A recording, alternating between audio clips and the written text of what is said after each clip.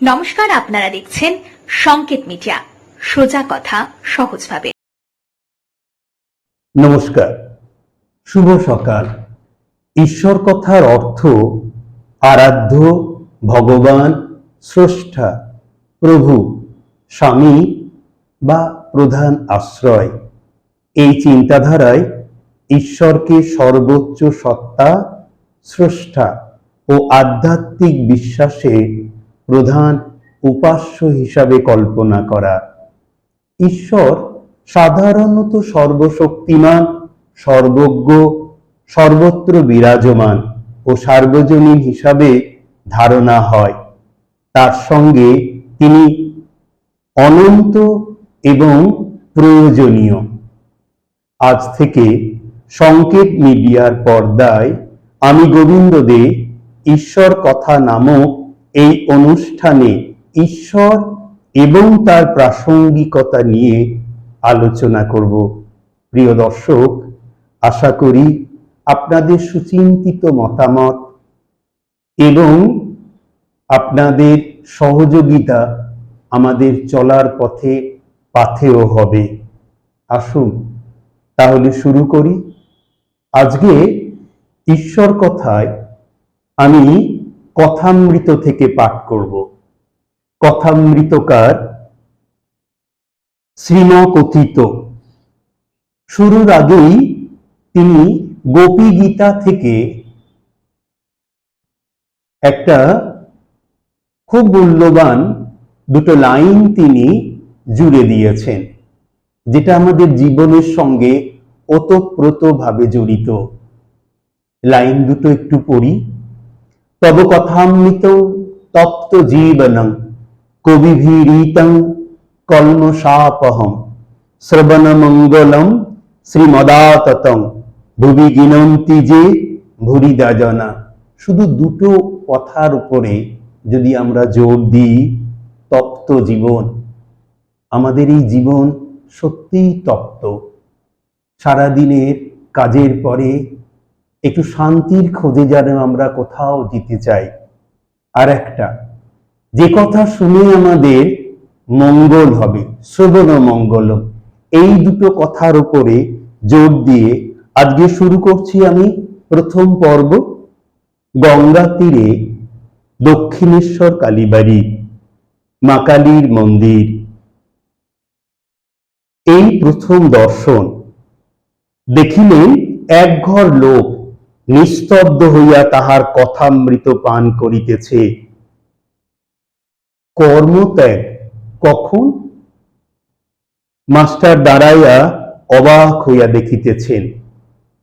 তাহার বোধ হইল যেন সাক্ষাৎ সুখদেব ভগবত কথা কইতেছেন, আর সর্বতীর্থের সমাগম হইয়াছে, অথবা যেন শ্রীচৈতন্য পুরী ক্ষেত্রে রামানন্দ স্বরূপাদি ভক্ত সঙ্গে বসিয়া আছেন এবং ভগবানের নাম গুণ কীর্তন করিতেছেন।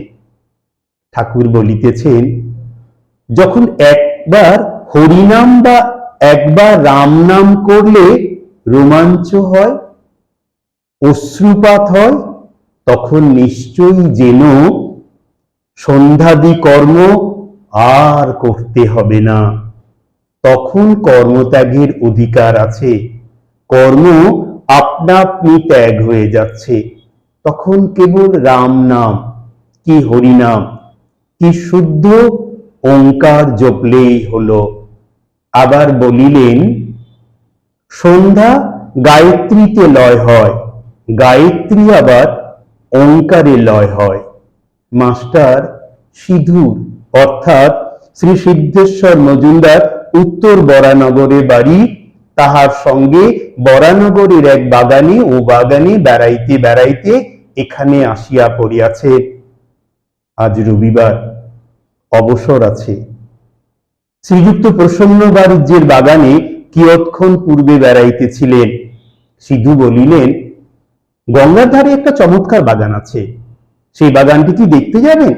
সেখানে একজন পরমহংস আছেন। বাগানে সদর ফটক দিয়া ঢুকিয়ায় মাস্টার এবং সিধু বরাবর ঠাকুর শ্রীরামকৃষ্ণের ঘরে আসিলেন। মাস্টার অবাক হইয়া দেখিতে দেখিতে ভাবিতেছেন, আহা, কি সুন্দর স্থান, কি সুন্দর মানুষ, কি অপূর্ব কথা। এখান থেকে যেতে ইচ্ছা করছে না। কিয়ৎক্ষণ পরে মনে মনে বলিতে লাগিলেন, একবার দেখি কোথায় এসেছি, তারপরে এখানে এসে বসব। সিধুর সঙ্গে ঘরের বাহিরে আসিতে না আসিতে আরতির মধুর শব্দ হইতে লাগিল। সিধু বলিলে, এটি রাসমণির দেবালয়, এখানে নিত্য সেবা, অনেক অতিথি কাঙাল আসে। কথা কহিতে কহিতে ভবতারিণীর মন্দির হইতে বৃহৎ পাকা উঠানের মধ্য দিয়া পাদচারণ করিতে করিতে দুইজনে আবার ঠাকুর শ্রীরামকৃষ্ণের ঘরের সম্মুখে আসিয়া পড়িলেন। এবার দেখিলেন ঘরের দ্বার দেয়া, এইমাত্র ধুনা দেয়া হইয়াছে। মাস্টার ইংরাজি পড়িয়াছে, ঘরে হঠাৎ প্রবেশ করিতে পারিলেন না। দ্বার দেশে বৃন্দেঝি দাঁড়াইয়াছিল। জিজ্ঞাসা করিলেন, হ্যাগা, সাধুটি কি এখন এর ভিতরে আছেন? বৃন্দে বলিল, হ্যাঁ, এই ঘরের ভিতরে আছেন। মাস্টার জিজ্ঞাসা করিলেন, ইনি এখানে কতদিন আছে? বৃন্দে বলিল, তা অনেক দিন আছে। মাস্টার জিজ্ঞাসা করিলেন, আচ্ছা, ইনি কি খুব বই টই পড়েন? উত্তরে বৃন্দে বলিলেন, আর বাবা বই টই, সব ওর মুখে। মাস্টার সবে পড়াশোনা করে এসেছেন, ঠাকুর শ্রীরামকৃষ্ণ বই পড়েন না শুনে আরো অবাক হলেন। মাস্টার বললেন, আচ্ছা, ইনি বুঝি এখন সন্ধ্যা করবে, আমরা কি এ ঘরের ভিতরে যেতে পারি? তুমি একবার খবর দেবে।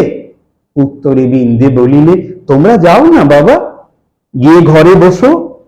তখন তাহারা ঘরে প্রবেশ করিয়া দেখেন ঘরে আর অন্য কেহ নাই। ঠাকুর শ্রীরামকৃষ্ণ ঘরে একাকী তক্তপোষের উপরে বসিয়া আছেন। ঘরে ধুনা দেয়া হইয়াছে, সমস্ত দরজা বন্ধ। মাস্টার প্রবেশ করিয়া বদ্ধাঞ্জলি হইয়া প্রণাম করিলেন। ঠাকুর শ্রীরামকৃষ্ণ বসিতে অনুজ্ঞা করিলে তিনি ও সিধু মেঝেতে বসিলেন। ঠাকুর জিজ্ঞাসা করিলেন, কোথায় থাকো, কি করো, বরানগরে কি করতে এসেছ, ইত্যাদি। মাস্টার সমস্ত পরিচয় দিলেন, কিন্তু দেখিতে লাগিলেন যে ঠাকুর মাঝে মাঝে যেন অন্যমনস্ক হইতেছেন। পরে শুনিলেন এরই নাম ভাব। যেমন কেহ ছিপ হাতে করিয়া মাছ ধরিতে বসিয়াছে, মাছ আসিয়া টোপ খাইতে থাকিলে ফাতনা যখন নড়ে, সে ব্যক্তি যেমন শশক ব্যস্ত হইয়া ছিপ হাতে করিয়া ফাতনার দিকে এক দৃষ্টে এক মনে চাহিয়া থাকে, কাহারও সহিত কথা কয় না, এ ঠিক সেই রূপ ভাব। পরে শুনিলেন ও দেখিলেন ঠাকুরের সন্ধ্যার পর এইরূপ ভাবান্তর হয়। কখনো কখনো তিনি একেবারে বাহ্য শূন্য হন। মাস্টার বলিলেন, আপনি এখন সন্ধ্যা করবেন, তবে এখন আমরা আসি ভাবস্থ অবস্থায়। ঠাকুর উত্তর দিলেন, না, সন্ধ্যা তা এমন কিছু নয়। আরো কিছু কথাবার্তার পর মাস্টার প্রণাম করিয়া বিদায় গ্রহণ করিলেন। ঠাকুর বলিলেন, আবার এসো। মাস্টার ফিরিবার সময় ভাবিতে লাগিলেন, এই সৌমুকে যাহার কাছে ফিরিয়া যাইতে ইচ্ছা করিতেছে, আচ্ছা, বই না পড়িলে কি মানুষ মহৎ হয়? কি আশ্চর্য! আবার আসিতে ইচ্ছা হইতেছে। ইনিও বলিয়াছেন, আবার এসো, কাল কি পরশু সকালে আসিব। আজ এই পর্যন্তই, আবার পরের দিন এই সকালে আপনাদের সঙ্গে। নমস্কার। Subscribe our channel. Press the bell icon.